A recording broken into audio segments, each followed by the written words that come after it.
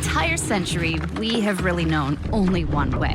As the search spreads, oil must cost more. Coal, oil, and gas have heated our homes, powered industries, and fueled our vehicles.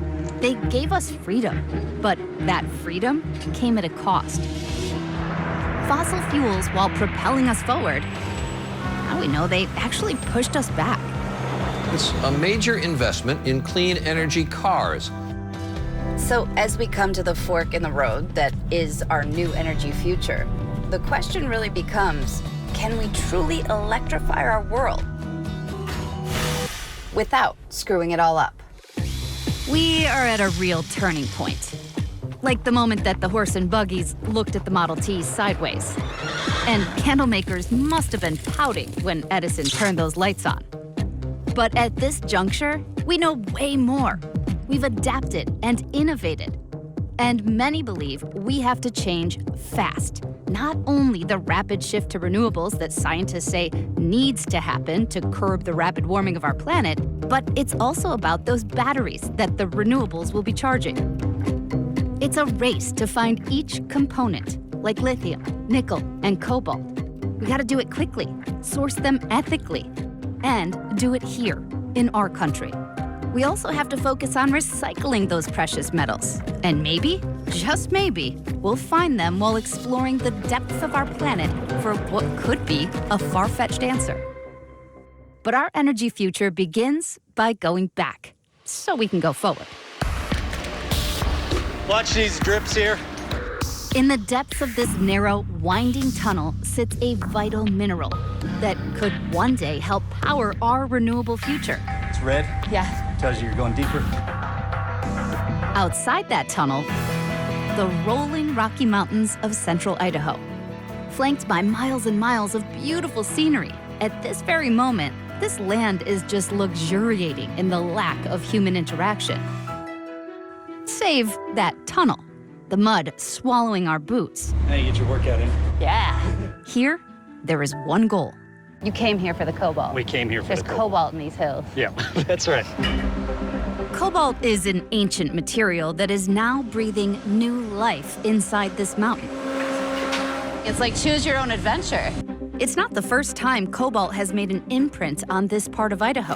Cobalt has been mined in this area for a century, starting in the 1940s to build jet engines during the Cold War.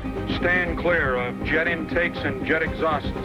All go aircraft. Cobalt is now deemed critical by the U.S. government. It is one of 50 considered essential for the U.S. economy and national security. Without these minerals, we simply cannot function. Cobalt, so integral here, there was an entire town named for it. This wide open field running along Panther Creek used to be the town of Cobalt. There used to be 250 people living here. Grocery store, school, dance hall, even a movie theater. Now, from the 1950s through the 1980s, the people that lived here mostly worked at the mine, the Blackbird mine. But now it's a stark reminder of just how transient mining can be. And right here is Panther Creek. This is Panther Creek, yes. Follow this winding creek up the mountain from what was the town of Cobalt, and you'll find the mine where it all began, Blackbird. What am I looking at? So that is the former open pit. Okay. That's what we would refer to as kind of surface mining.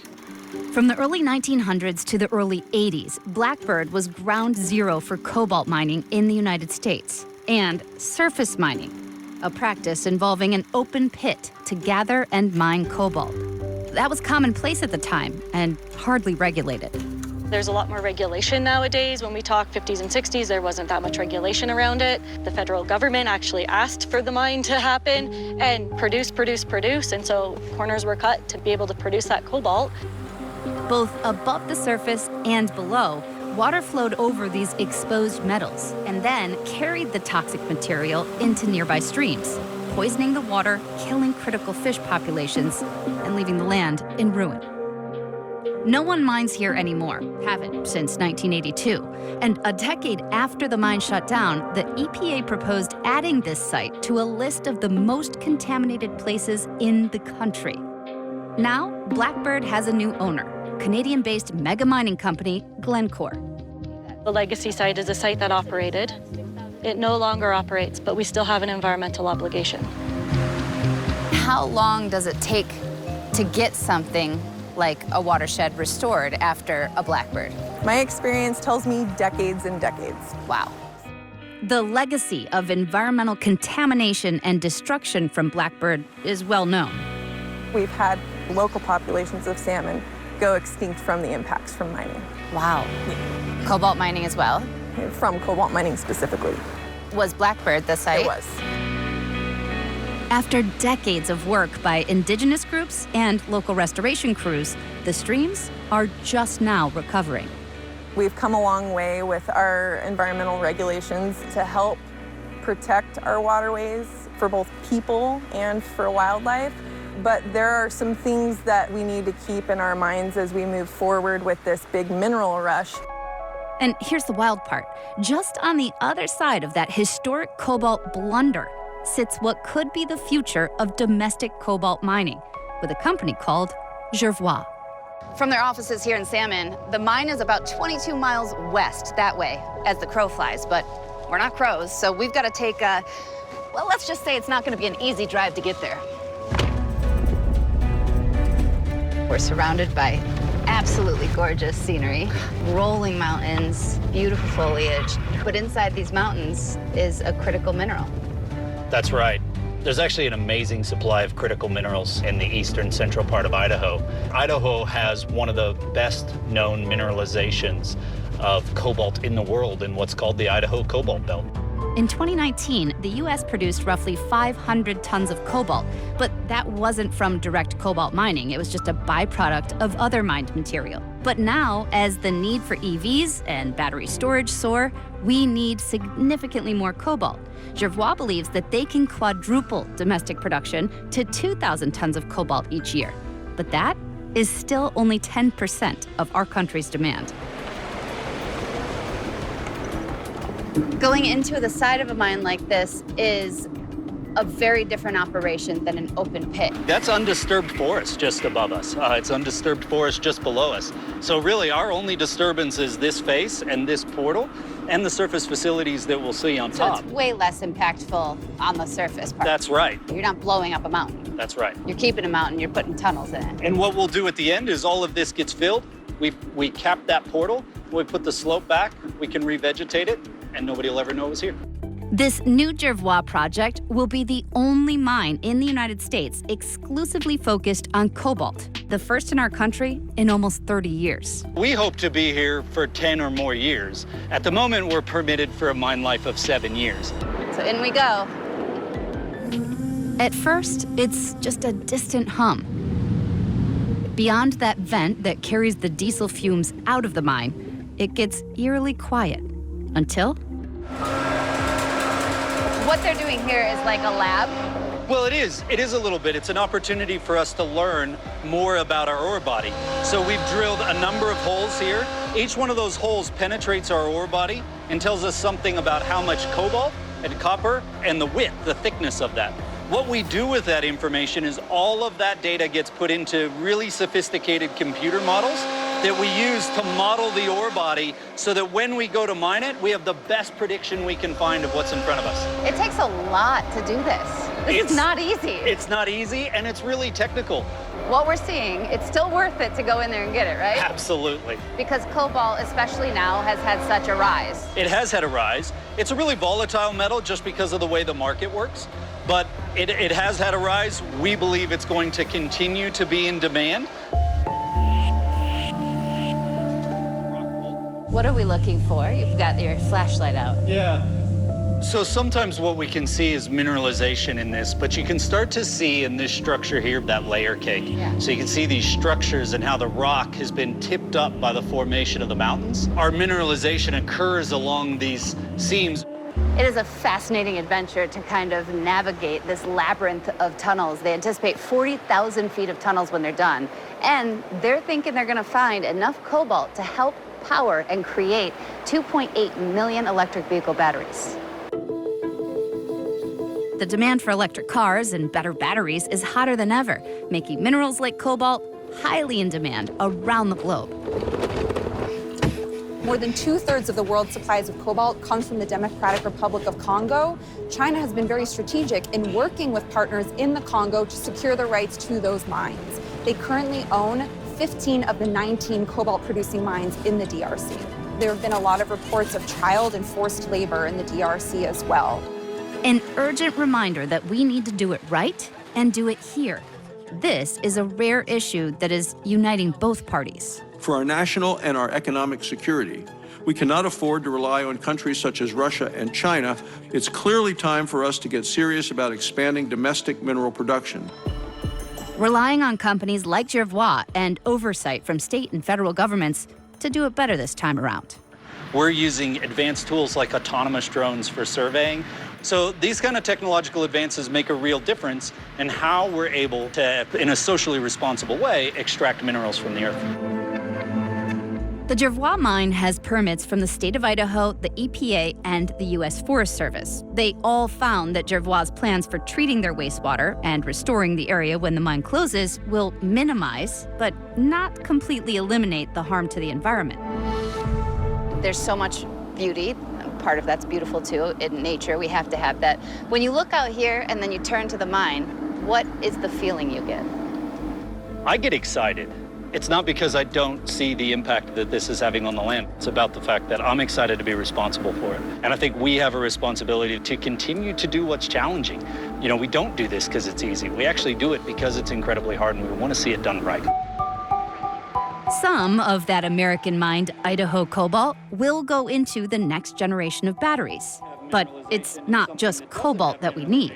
In most EVs, there are hundreds of small battery cells that have a combo of cobalt, nickel, copper, and manganese. We don't have a ton of any of those in this country. The United States is actually more than 50% import reliant for every single battery mineral except for lithium. We only have one commercially operating lithium mine in the U.S. today. Even if we start digging new mines here at home, we aren't yet making the batteries. In 2020, more than 90% of lithium-ion battery production happened outside the U.S. American automakers and the U.S. government intend to change that stat. We need to embrace all the tools and technologies that can help us free us from our dependence on fossil fuels, move us toward a more homegrown clean energy. Once the batteries are made in America, they'll have to be tested, which takes us here. Right next to a 66-acre solar field filled with grazing sheep and donkey, you'll find a place where they want to get the American-made EV battery right. We're heading into the North American Battery Engineering Lab of Volkswagen Group of America. And here we test high-voltage batteries in the harshest conditions. The climate chamber is opening. And how is the ID4 doing? Ooh. So inside here now, it's 50 below? Minus 50 C. Minus 50 C? Yes. Yeah. Oh my goodness. So they are testing the extremes. We're in Chattanooga, Tennessee, and this facility tests EV batteries for durability, efficiency, and even disaster. So you have tanks that you're kind of simulating flash flooding, where someone would drive their battery right through water, which we know people do. Right, so that is a tank that we take the battery that's full of water and lower it in, and then check to make sure that everything is sealed properly and tight. There's a lot of people that are worried about the actual fabrication of batteries. Like, can it happen in time? I think it's a growing segment at the moment. This growth will happen, and this transition will happen.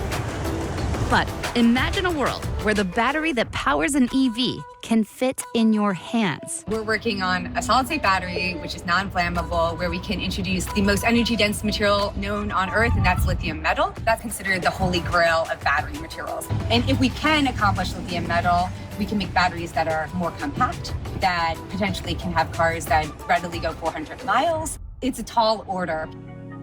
No matter if they are solid or liquid lithium, hundreds of thousands more EVs will soon hit the road.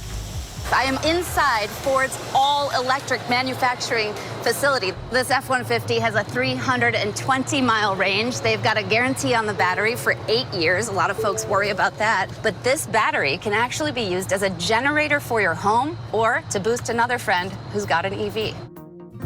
What happens when they do eventually die? Thankfully, the incredibly valuable content is 100% recyclable. If you take a look around you, anything that is not grown was mined at one point in time. We all have those minerals in our pockets. literally. Our phones, our computers, and the EVs on the road now. Recycling is going to have to be a part of the solution no matter what. The U.S. does get some cobalt and other minerals from recycling, but not enough yet. These are from Tesla? These are from Tesla. So that's what's lining under my Tesla battery. Correct. One study says that recycled materials could supply more than half the cobalt, lithium, and nickel in new batteries by 2040. A company called Redwood Materials in Nevada has contracts with almost all the major automakers to recycle their batteries beginning next year. For the last century, we have only known two ways to recycle lithium batteries: burn them or use acid to break them down. Scientists at Princeton say that's just inefficient, environmentally taxing, and it costs a lot. This is the most advanced technology in the world to recycle the materials. It's using the plasma. The shredded battery gets stabilized in this machine. It combines with a chemical liquid, then mixed with a powder. And then each mineral component is separated for resale. They say that this process is more environmentally friendly and cost efficient. But even if we were to recycle every lithium battery in our drawers, cabinets, and piles of e-waste, we're still gonna need virgin minerals. And the hunt for those minerals is getting deep. And urgent. So urgent that the next frontier of cobalt and nickel may be far from that mountaintop in Idaho, but instead in one of the most remote, seemingly unending and untouched parts of our world. 15,000 feet below the deep blue of the Pacific Ocean surface lies what could be a silver bullet or the next environmental catastrophe. I've been reading about these for a long time. Can I hold it? I read that it was potato-like. I feel like this is smaller than I expected. Is this an average size? That's an average size, Okay. yeah. That would be about 4 or 5 million years old. 4 or 5 million years old. Yeah. And inside here is what? Inside there is everything you need to build a electric vehicle battery cathode. So it's full of nickel and cobalt and copper and manganese. This lumpy, black, tangerine-sized rock is called a nodule, and the metals company wants to mine them from the deep sea. We have 3 license areas in this region known as the Clarion-Clipperton Zone, and we've identified 1.6 billion tons on 2 of our license areas, and that's enough to build around 280 million mid-sized EV batteries. The Clarion-Clipperton Zone, or CCZ, is a huge area in the Pacific Ocean. To give you some perspective, it's about the size of the lower 48. 200 miles west of Mexico, it happens to be one of the deepest parts of the ocean, plummeting 12,000 to 18,000 feet. Some say it is less explored than the surface of Mars. And way down there, on that ocean floor, sit millions of these valuable, mineral-rich nodules. We want to electrify America. We want to electrify the world, but we don't have the capacity to do it as it is. That's right. And people haven't given a lot of thought to where do these metals come from. If you want to build an ecosystem that can make American batteries with secure supplies of battery raw materials, then this is one of the few resources on the planet that could actually service American industry in very short time. What we have to do is look on planet Earth and say, well, where is the resource with the lightest planetary and human touch? And this is the one. Not everyone agrees. My name is Matthew Gianni. I am a co-founder and the political and policy advisor of the Deep Sea Conservation Coalition. The lead company, it's called the Metals Company, that is really pushing the narrative that it's better to go into the deep sea than mine on land, that the deep sea is a, quote, desert, lifeless plain. Scientists are saying it's teeming with life. All kinds of different species, we're still discovering them. But the idea that the world has to mine is a false assertion. The world does not have to mine the deep sea to get the metals needed to transition to renewable energy economies. And they're pushing this narrative because they want to make money. But any company that wants to mine the deep sea still has to wait for final approval. The largest mineral deposits in the deep ocean are in the international areas of the world's ocean. And so in order to be able to mine there, a company or a country needs to get, in effect, a permit or a license from an organization called the International Seabed Authority. The International Seabed Authority, which the U.S. is not a member of, has not yet drafted new regulation on how to monitor deep sea mining. Their job is to govern international waters. They are the body made up of 167 member countries, plus the European Union, who issue the licenses and who will regulate us when we're in business. The International Seabed Authority is in the final throes of putting the last piece of the jigsaw together, and that is what's known as the Exploitation Code. That will contain all of the rules under which we will be regulated. Why is the United States not in the ISA? It's a political football. They abide by the rules, they fund part of the governing body, but they just haven't ratified it between the houses. Who's going to police it? Who's going to police it? Well, there is a regulator, but we are building something we know as our adaptive management system, and that will provide the regulator and also parts of civil society with eyes and ears to see exactly what we're doing. So you would expect to be able to start operation? No, Okay. That will mean we can submit our application, and they will receive our application, and it will take them about 11 months to go through the assessment process. And you aren't the only ones. No, but we have a very strong lead on everyone else. But the metals company is already moving forward. They got the green light from the ISA to test their technology and collect nodules. It's all happening while an independent team of scientists on board their ships study the potential environmental impacts. So we have a ship that will stay at sea, and it will be crewed with people that will operate harvesters on the seafloor. Now, in time, those boats will be robotic. But for the moment, we have a harvester on the seafloor that slowly moves along, like you would harvest a paddock of wheat, picks up the nodules, puts them into what we know as an air riser, think of it as a big straw, and then the boat offloads them every few days onto a cargo vessel, which will then take it to our onshore processing center. Even if the technology checks out and regulations are finalized, it could be years before full-scale mining is underway. We should not go in and trash an area of the globe about which we know hardly anything until we've done the proper research. High-profile figures like David Attenborough and several other countries have called for a moratorium on deep-sea mining. They want more research. If allowed to go ahead, mining would irreversibly destroy ancient deep-sea habitats. The good news is that this is an industry that we can stop before it starts. What the mining companies are looking at most would require massive environmental damage in the deep ocean, much of which we wouldn't really know occurred because we don't know enough about what lives in the deep ocean. Worst case scenario for the environment would be driving species extinct before we even know they exist. The CCZ has been described as one of the most biodiverse places in the world. We don't know much about life at these depths, but scientists do know that the sought-after nodules in this area are also home to hundreds of species, like the nicknamed gummy squirrel.